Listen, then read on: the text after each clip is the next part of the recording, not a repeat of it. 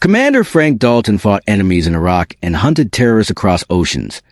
But nothing prepared him for the nightmare hidden behind picket fences and HOA rulebooks in suburban Georgia. After serving his country for over 2 decades, Commander Frank Dalton chose Willow Ridge for one reason: peace. The Georgia suburb, lined with manicured lawns and tree-shaded sidewalks, looked like a Norman Rockwell painting brought to life. Rows of pastel houses with wraparound porches stood proudly beneath American flags fluttering in the summer breeze. It was the kind of neighborhood people moved to when they were done with noise, with chaos, with war. And Frank had seen more than his fair share of all three. He bought a modest home on a corner lot, surrounded by tall hedges and a white picket fence. A retired neighbor helped him move in. And within the first week, several other residents stopped by to introduce themselves. There were cookies, handshakes, and warm welcomes. It all felt almost too perfect, like something out of a commercial.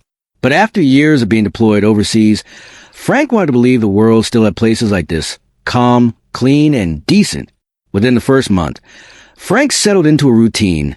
Early morning walks with his dog Ranger, trimming his hedges, reading on the porch with a hot mug of coffee. No alarms, no base calls, no briefings. Just the silence. But underneath that peaceful surface, something felt off, subtle at first. It was the way people glanced over their shoulders when talking, how they lowered their voices when certain topics came up. And then there were the whispers. The first came from a woman across the street, Marla, who had lived there 10 years. She leaned over the fence one afternoon while watering her roses and said in a hushed voice, "It's best not to question the HOA, Mr. Dalton. They like things a certain way. Just follow the rules and they'll leave you be." Frank chuckled, assuming she meant typical suburban pettiness. He'd dealt with tougher things and grumpy neighbors. But over the next few days, similar comments surfaced. A teenage boy delivering newspapers muttered, "Don't leave your trash out past 8 a.m. They'll mark you." Another resident quietly told Frank not to park his truck on the street overnight, unless you want trouble. It was strange, but Frank dismissed it as overblown neighborhood gossip. Then came the letter. Tucked neatly inside his mailbox, the white envelope bore the insignia of the Willow Ridge HOA. The tone of the message was cold and formal. "Dear Mr. Dalton, it has come to our attention that the American flag displayed on your front porch exceeds the size limitations specified in Article 14B of the Community Aesthetic Guidelines. As such, you are being fined $150 and are required to replace the flag with one conforming to regulation dimensions within 48 hours. Frank read it twice, baffled. The flag, a gift from his unit after his final deployment, was a standard 3 by 5 foot size. He had flown it proudly at every home he'd ever lived in.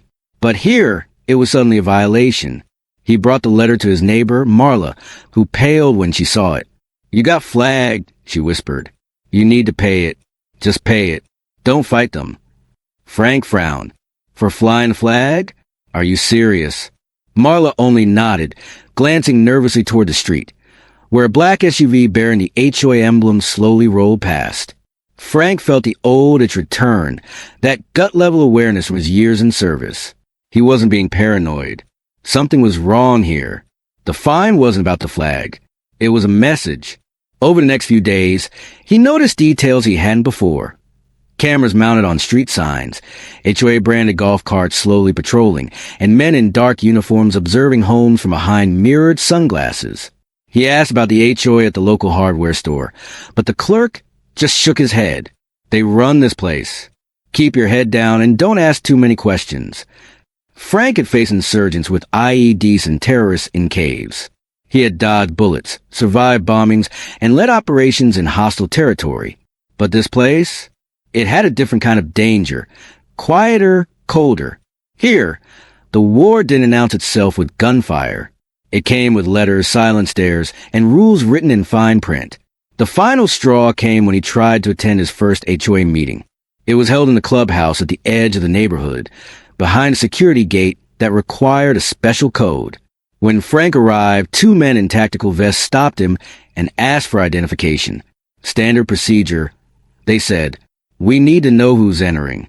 Frank handed over his license, but his gut tightened as he saw one of them snap a photo of his phone. Inside the meeting room, a tall man in a navy blue suit stood at the podium, addressing the seated residents. He wore a lapel pin shaped like a shield, with the words Community Tactical Oversight beneath it. As Frank took his seat, the man's voice rang out. We believe in structure, in order, and in complete compliance. Those who challenge that order threaten the very fabric of our community, and we handle threats accordingly. Frank leaned back in his chair, his expression unreadable. He wasn't sure what kind of war he'd just stepped into, but he could feel it in his bones. Willow Ridge was not what it seemed, and the real battle was just beginning. The meeting room felt like an odd hybrid between a corporate conference and a military command center. A long oak table stretched across the middle, with chairs lined neatly along each side. At the far end stood a large projector screen with the Willow Ridge HOA insignia, a stylized eagle perched above a picket fence. Frank noticed almost immediately that this wasn't the standard neighborhood association setup he had expected. The tone was rigid, almost paramilitary. The HOA board members sat in tailored suits, faces stern, each flanked by a uniformed security advisor dressed in tactical black. No name tags, no visible ID, just patches that read CTU, Community Tactical Unit, stitched across their chests. One had a holstered sidearm. Another wore military-style boots and an earpiece. The air was tense, but most residents sat quietly, eyes lowered, as the meeting commenced. The HOA president, a man named Charles Whitmore, stood with practiced authority. His speech was polished, but beneath the surface was something far colder. He spoke of preserving community order and preventing disorder before it begins. He referenced recent violations and the growing need for tactical oversight. Frank listened closely. There were no jokes, no small talk, no sense of community, only directives. Halfway through the meeting, two CDU officers escorted an elderly man from the back row after he quietly objected to a landscaping fine. No one said a word. No one stood up for him. His wife remained in her seat, trembling, as if expecting it. The officers didn't use force, but they didn't need to. The silence of the room gave them all the power they needed. Frank raised his hand. The president paused, acknowledging him with a nod. Frank asked a simple question. Under what legal authority does the HOA enforce fines with armed personnel? The room shifted. Residents stiffened in their chairs. The security team's eyes locked onto Frank. President Whitmore responded without hesitation. He stated that the Willow Ridge HOA had executive enforcement privileges under their community charter, approved by an internal vote years ago. The CTU, he claimed, was a fully sanctioned subcommittee formed in response to community threats, both internal and external. Frank countered with his knowledge of state law. HOAs couldn't create armed enforcement divisions without local government approval, and even then, they couldn't act as law enforcement agencies. He cited statutes, ordinances, and federal limitations. His voice was calm, but direct, the kind of voice used to issuing commands in war zones. Whitmore stepped away from the podium and walked toward Frank's seat. The room remained deathly quiet. His eyes didn't blink.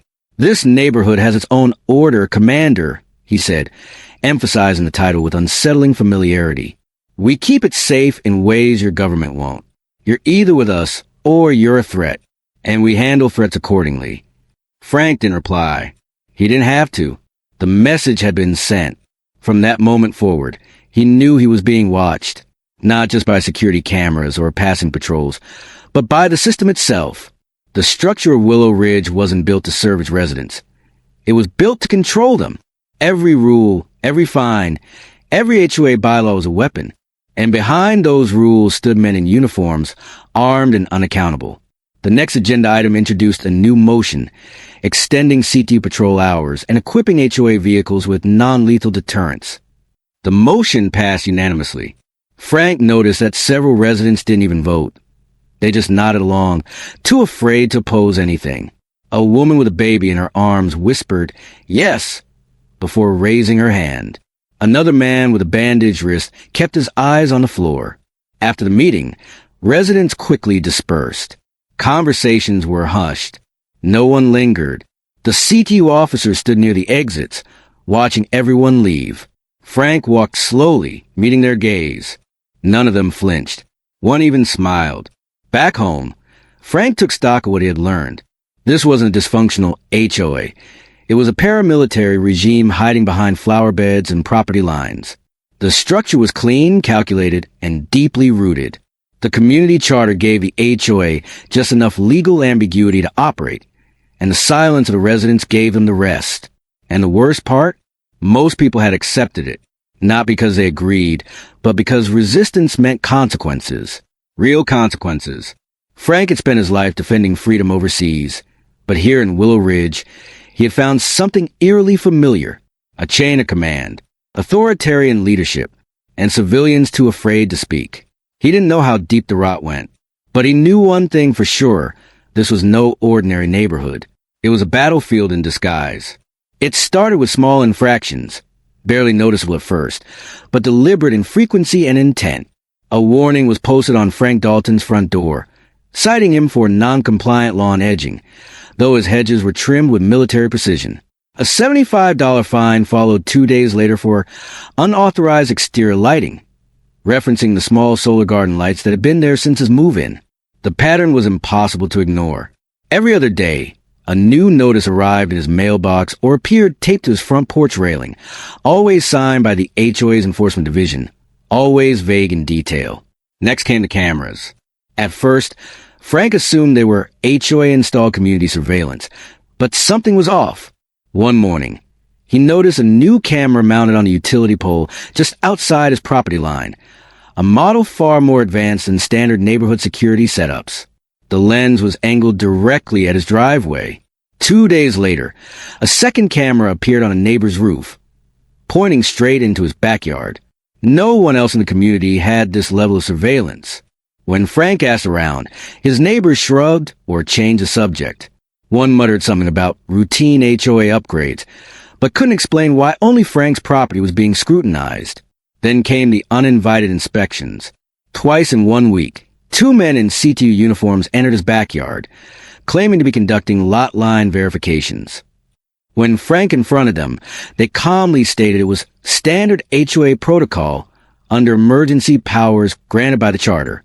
No paperwork, no notice, no warrant. They checked his gutters, took photographs of his shed, and made notes about his rain collection barrel.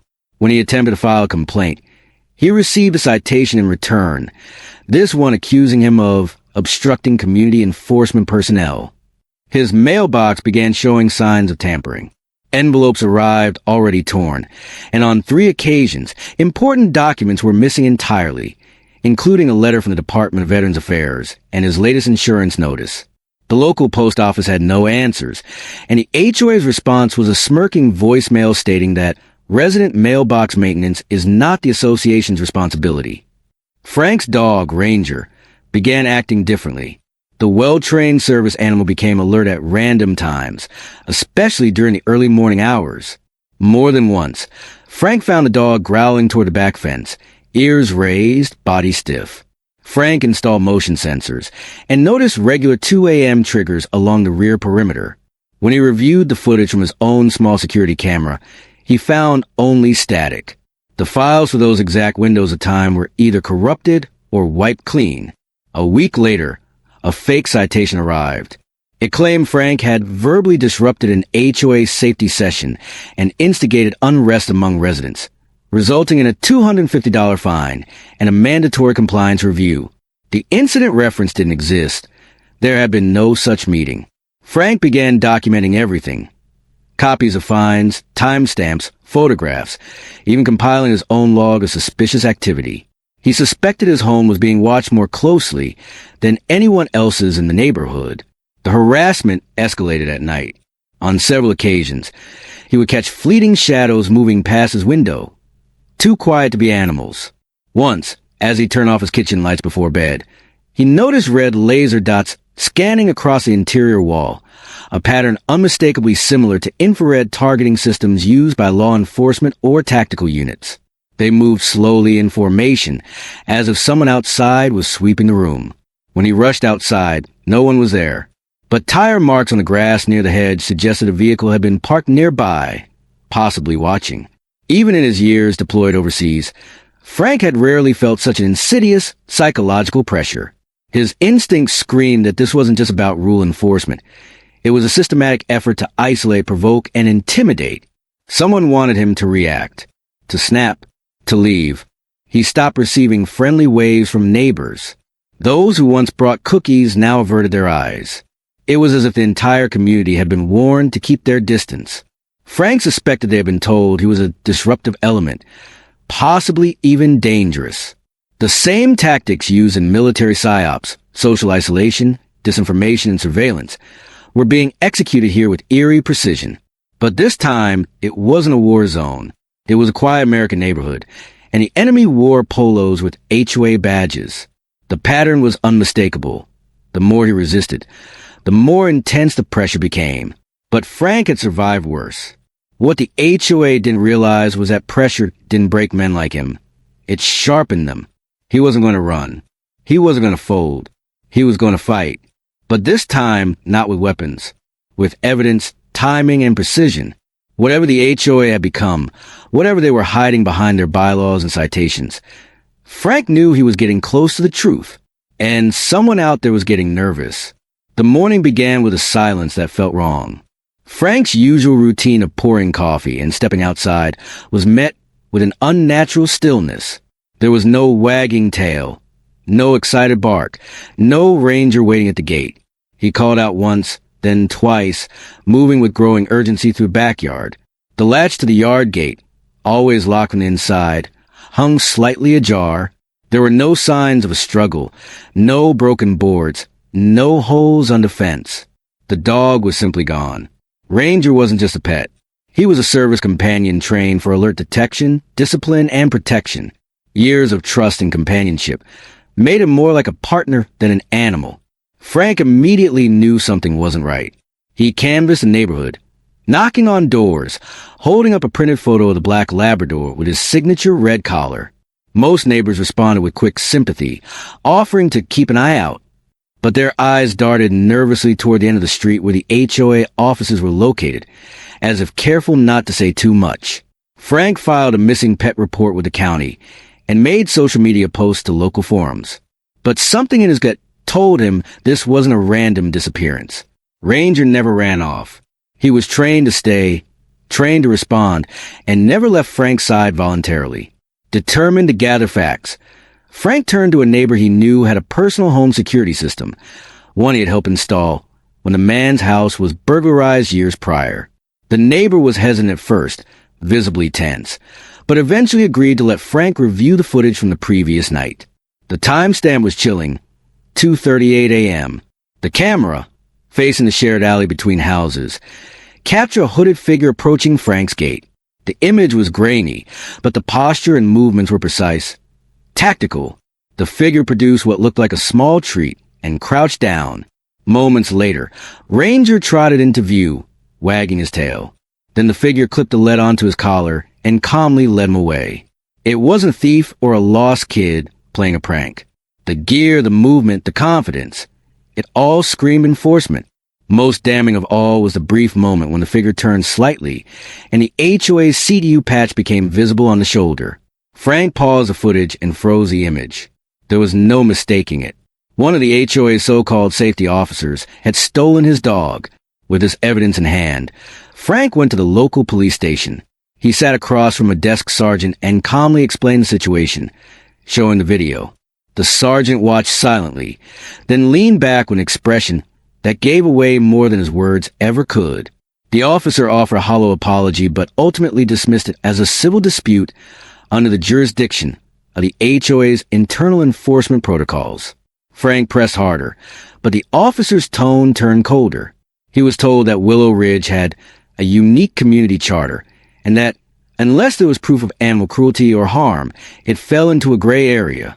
The phrase repeated again and again, civil matter, as if his years of service, his legal rights, and the theft of a living being could be waived off by paperwork. The drive home was quiet, but inside, Frank's mind worked with the precision of a trained strategist. He wasn't just angry, he was calculating. The HOA had crossed a line. Taking the dog was personal. It was psychological warfare, plain and simple, They wanted to push him over the edge, to bait him into retaliation, so they could justify further action. But he wouldn't give them that satisfaction. He checked his own cameras again, nothing. The files from 2 to 3 a.m. were once again corrupted. His software had been tampered with remotely. It confirmed what he already suspected. The HOA wasn't just harassing him. They had access to digital infrastructure within the community. Their surveillance wasn't limited to visible patrols or citations. They were inside the data manipulating systems, watching every move. That night, as Frank sat reviewing notes, compiling everything for future legal action, he heard the garage door creak.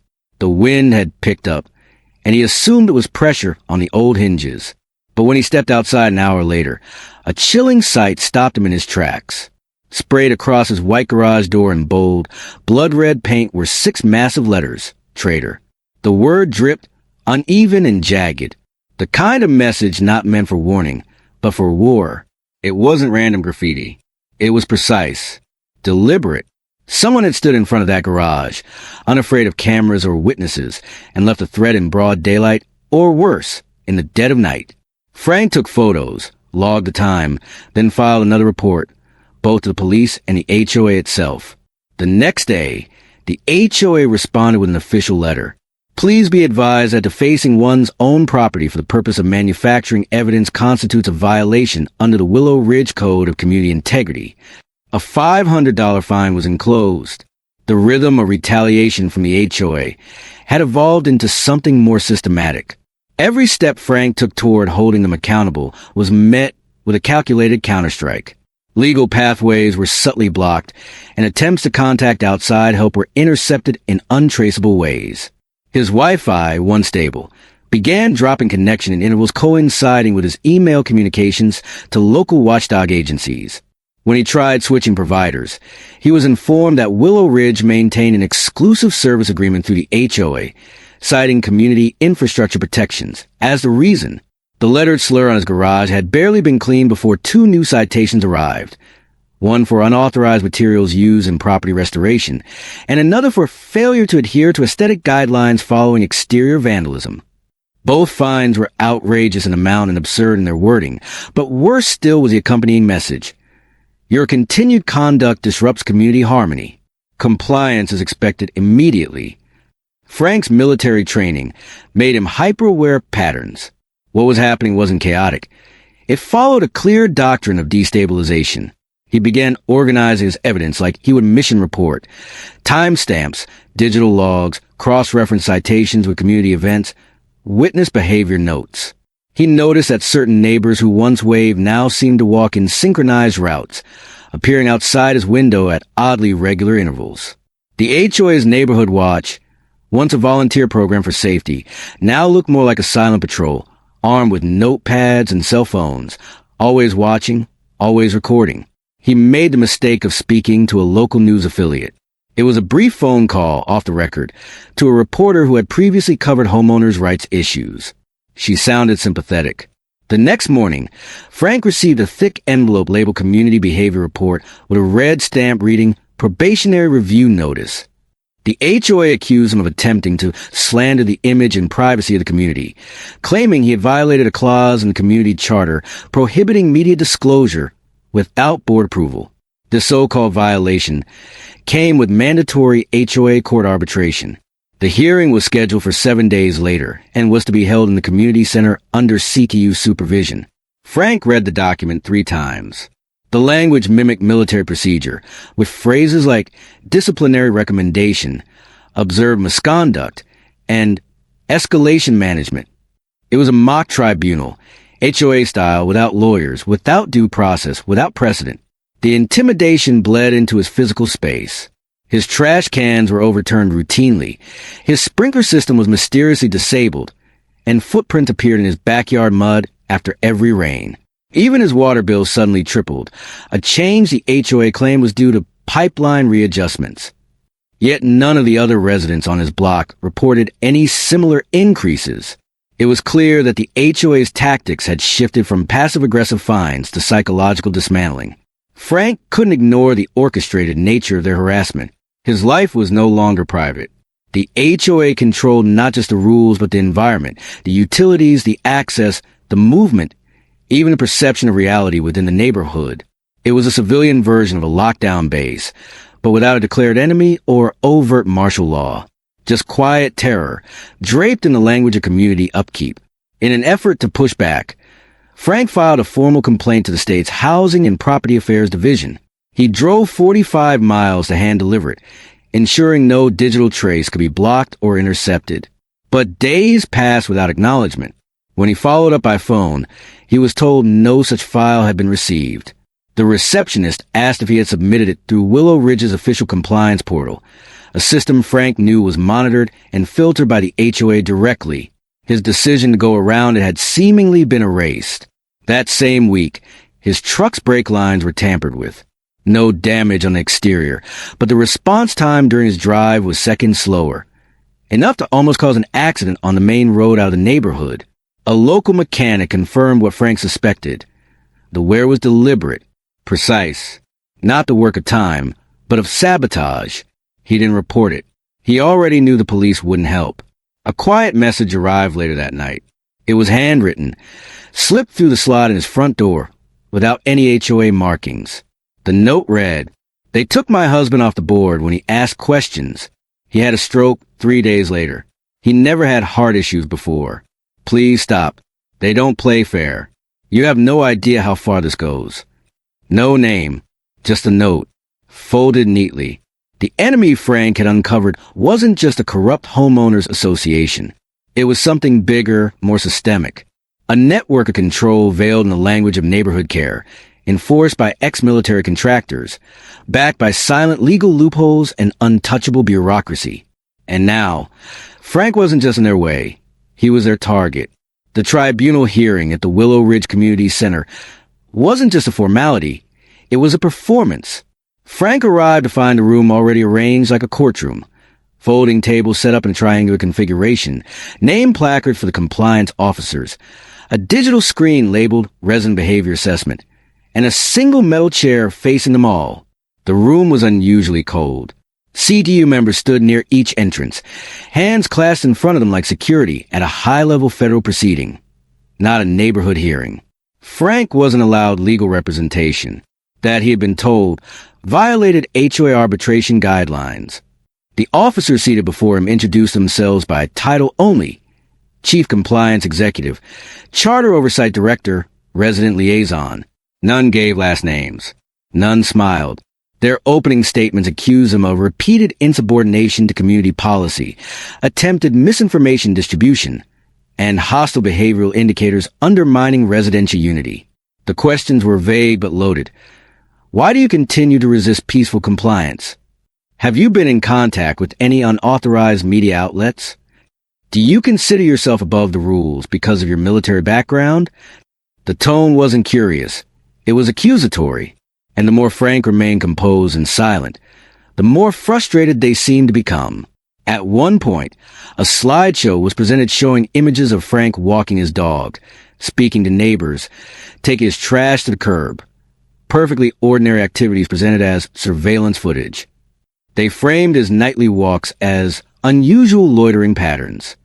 Conversations with neighbors were described as attempted incitement. He wasn't just being punished for violations. He was being criminalized for existing outside their narrative. He was told a final warning would be issued in writing, and that continued noncompliance would trigger Phase 3 reclamation procedures. No one explained what Phase 3 meant. No one had ever heard that term before. It wasn't in the HOA manual nor in the charter documentation he had reviewed. But the way they said it, calmly, coldly, clinically, implied it was very real. After the hearing, the neighborhood changed again. Subtle but sharp. Cars he didn't recognize began parking near his driveway, always with shaded windows. The community bulletin board, once filled with event flyers and local announcements, now featured only HOA directives, with one bulletin at the center reading, "Maintain order, report disruption." A hotline number was listed below. It wasn't the HOA office number. One morning, his front yard was covered in a fine white powder. The local landscaping contractor, one Frank had never hired, arrived unannounced and claimed he was there for turf neutralization under board order. When Frank refused the service, a $950 landscaping fee appeared on his next statement. When he disputed it, a lien notice followed. That same day, a neighbor quietly slipped a note into his mailbox. 3 liens equals forced buyout. Don't let them hit you with a third. It became clear that Phase 3 wasn't just a threat. It was a process, slow, layered, legal in appearance, but coercive by design. 1 lien at a time, 1 inflated fee at a time, the HOA could systematically take over a property under the guise of noncompliance. Residents who pushed back too hard eventually disappeared. Their homes were repainted, their names removed from the directory, their mailboxes replaced. No one ever spoke of them again. Frank began hearing whispers about a special unit embedded within the CTU. These weren't just hired patrolmen or security volunteers. They were former private contractors, intelligence analysts, even black ops veterans. Their job wasn't to enforce law and ordinances. It was to maintain a psychological perimeter. Fear, silence, obedience.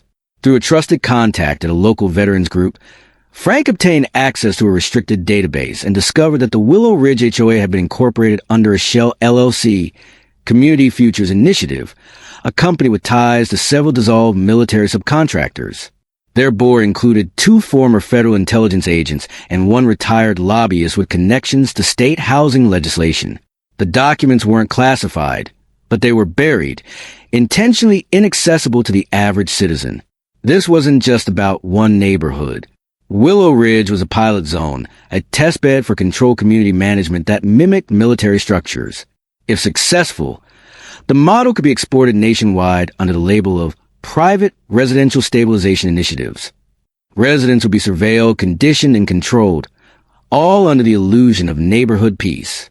Frank realized his resistance was never just personal. He had become a liability to the experiment. They couldn't just find him into submission.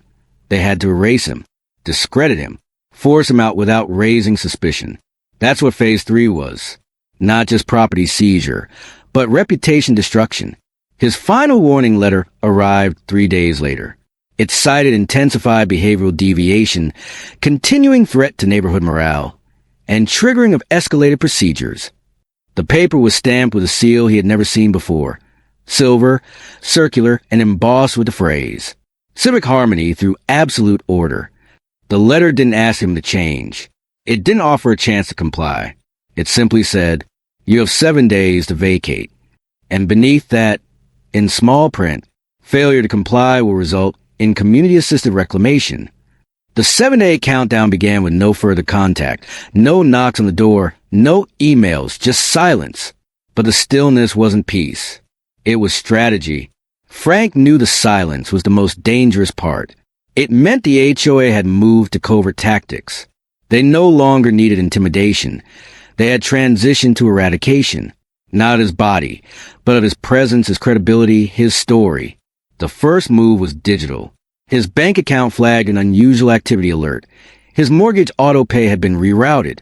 When he called the bank, he was told a change had been made through a secure login using his credentials. The system showed a timestamp and IP address that matched his own, but Frank hadn't made the change. That same day, a notice from the HOA legal department arrived, stating that he was delinquent in dues and had defaulted on community payment obligations. Next came the public notices. A laminated sign appeared overnight on his lawn, printed in official HOA formatting. This property is under community reclamation review. It wasn't a legal notice. It had no jurisdictional authority, but it had power. Neighbors crossed the street to avoid his sidewalk. Children were no longer allowed to ride bikes past his house. A delivery driver left a package on the curb rather than approaching the door. On the 5th day, his electricity cut out for 2 hours.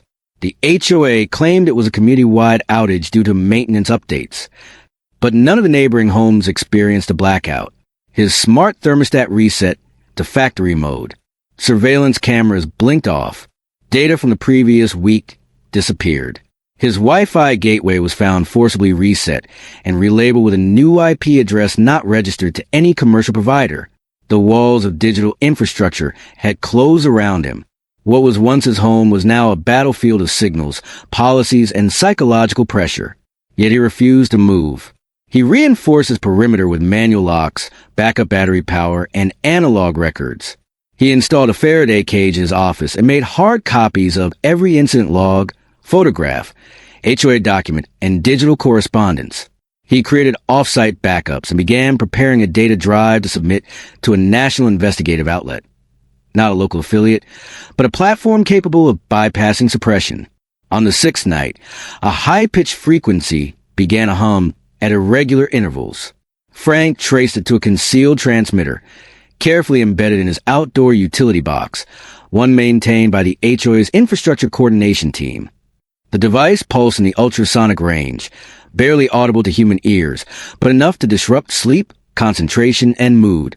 He disabled it, but it had already served its purpose, the erosion of mental clarity. With less than 24 hours remaining, Frank drove to a nearby veteran center and arranged a secure meeting with a contact from a federal housing oversight agency, one he had served with decades earlier. There, he transferred copies of his evidence package. The contact, visibly stunned, confirmed what Frank suspected. Willow Ridge wasn't the only test zone. At least 6 other communities across the country had filed sealed complaints with patterns eerily similar to his. Coordinated finds, behavioral assessments, sudden disappearances, legal technicalities used to justify removals. The federal contact agreed to escalate the matter to the DOJ Civil Liberties Unit under a subtask force focused on private governance abuse. But the process would take time, weeks, possibly months. Frank wouldn't have weeks. He had hours. Returning to Willow Ridge, Frank found the final step had already begun. A white, unmarked van was parked across from his house. 3 individuals wearing tactical polos stood near the sidewalk, pretending to examine a street lamp. One of them tapped a digital tablet and nodded toward his front door. They weren't police. They weren't from the county. They were private contractors operating under HOA authorization, not enforcers of law, but executors of compliance reclamation. That night, the sky over Willow Ridge remained clear and quiet. No sirens, no announcements, no warnings. But the next morning, his house was listed as available on the HOA's website under reintegrated properties. The listing featured a fully staged interior, new paint job, and a sanitized summary. Recently vacated. Restored to community standards. Move-in ready. Frank was gone. No formal eviction. No police involvement. No court record. Just gone. But what the HOA didn't anticipate was that his story had already left the perimeter. The veteran's contact submitted the evidence to a civil liberties journalist with a national platform. Within 48 hours, an article exploded across media channels under the headline, "Retired Navy Officer Disappears After HOA Reclamation. Private Governance Under Federal Review." The fallout was swift. Congressional inquiries followed. Whistleblowers from other HOAs came forward. Lawsuits were filed. The DOJ opened a formal investigation. The shell company behind Willow Ridge, Community Futures Initiative, suspended operations. The HOA board members vanished from public view. The CTU was quietly dissolved. But Frank was never found. Some said he fled the country under a new identity. Others believed he had been silenced permanently. His house, though sold, remained strangely unoccupied. Lights would flicker at odd hours. Camera systems installed by new residents always malfunctioned. No one stayed longer than 6 months. And in the minds of Willow Ridge's remaining residents, one message lingered stronger than any written law. Resist the rules, and you'll disappear. And just like that, a decorated Navy veteran vanished without a trace, erased not by war, but by the very community he trusted to be his sanctuary. No justice, no closure, just silence wrapped in manicured lawns and perfectly trimmed hedges. But his story did not die with his disappearance. It became a spark.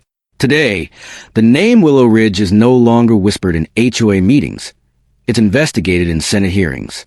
Frank may never return, but his fight lit a fire that forced the world to finally ask, who really owns your home? When the rules are written by those who answer to no one. If this story shook you, don't forget to like, share, and subscribe. There are more hidden truths buried in America's quietest neighborhoods, and we're just getting started.